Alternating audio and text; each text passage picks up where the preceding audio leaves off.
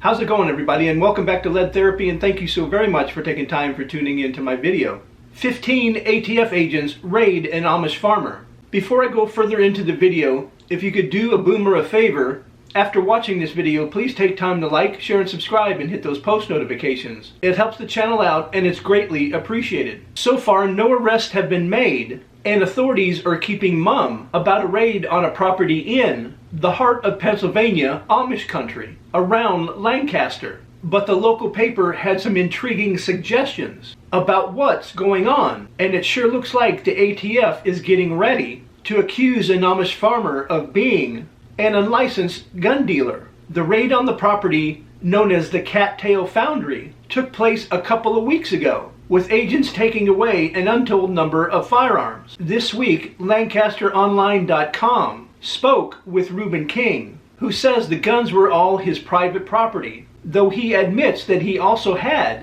sold several guns. "This is my business. I'm a dairyman," he said inside a barn filled with cows, as he swept a concrete floor with a push broom. He owns about 50 dairy cows. Reuben King said he primarily sold long guns to the Amish for hunting, though he admitted that he sold to non-Amish too. "I was not dealing in handguns, positively not," Reuben King said. I think we all can agree that Reuben King needs to keep his mouth shut. He's not helping his case whatsoever when he talks to the local news media. Federal laws require photo identification when purchasing a firearm from a licensed dealer. The Amish contend their religious beliefs prevent them from being photographed, so they cannot buy a firearm from a licensed dealer. However, private sellers don't have to require the buyer to present photo identification. Reuben King declined to say how many guns he had or sold, but a tipster told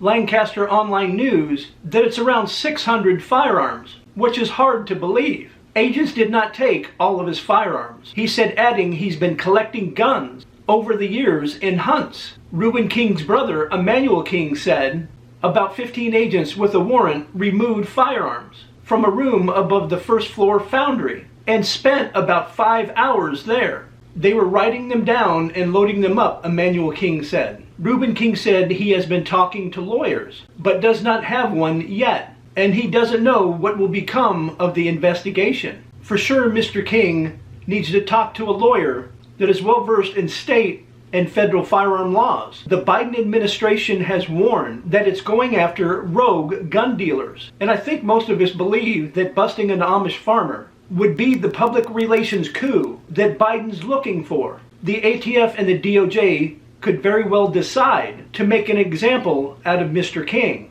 if they have evidence he was selling a large number of firearms without obtaining an FFL. As King correctly told Lancaster Online, there's no hard or fast rule that specifically designates when an individual must become an FFL. Only the cautionary language stating that persons who are engaged in the business of dealing in firearms be licensed by the Bureau. Was King engaged in a gun business as opposed to just making a few incidental sales from his collection? To answer the question, we need a better idea how many guns he's believed to have sold. If it's anywhere close to 600, it's going to be awfully hard to argue that this was just a hobby or a way for King to occasionally offload some of his collection. At the same time, I think we need to be sympathetic to the fact that the Amish can't purchase a firearm from their local gun stores because they generally don't have photo ID, which in essence requires them to purchase a firearm from a private seller. But also, I don't think it would surprise us